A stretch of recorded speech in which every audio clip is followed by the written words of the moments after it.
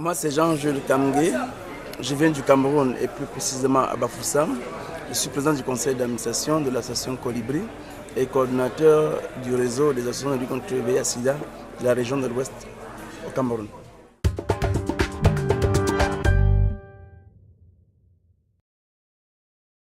En fait, le Cameroun est dans un contexte où sa proposition, n'est-ce pas, du 7e, 8e dernier rang n'a pas reçu un écho favorable de la part du Fonds mondial. C'est un contexte assez particulier. Aujourd'hui, le Cameroun fonctionne avec le continuum des soins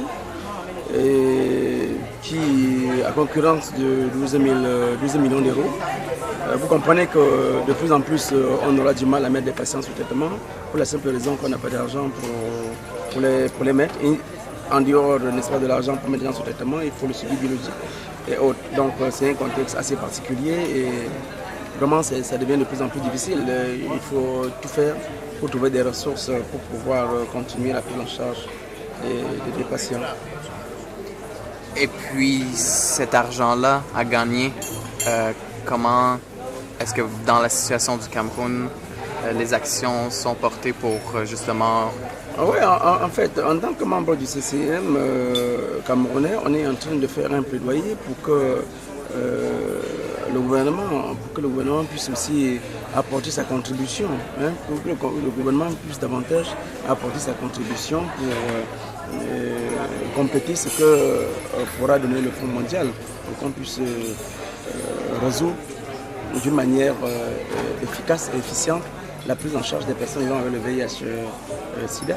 Est-ce que la conférence ici à Vienne va aller dans ce sens-là? Oui, en fait, la conférence de Vienne, en résumé, a deux gros chapeaux.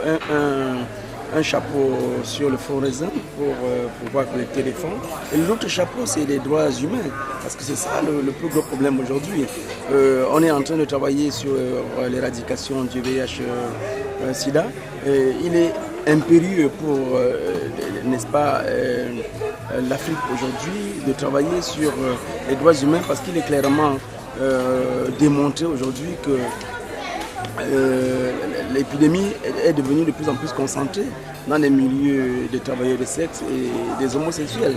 Et il est impérieux pour l'Afrique de rapidement s'y pencher parce que si rien n'est fait, l'épidémie va davantage se développer là-bas et on pourra encore arriver à la situation des années 80 où on est arrivé à des taux assez irraisonnables. Donc il appartient aux pays africains aujourd'hui de dépassionner le débat et de voir la réalité en face, d'éviter la politique de l'autruche et de comprendre que, n'est-ce pas, il y a des couches de résistance, il y a des zones de concentration de l'épidémie qui sont les travailleurs de sexe, les usagers de drogue, n'est-ce pas, et des personnes homosexuelles. Moi, je pense qu'on a intérêt à s'y pencher le plus rapidement possible pour éviter, à long terme, pour éviter, n'est-ce pas, d'avoir des situations assez compliquées dans le long terme.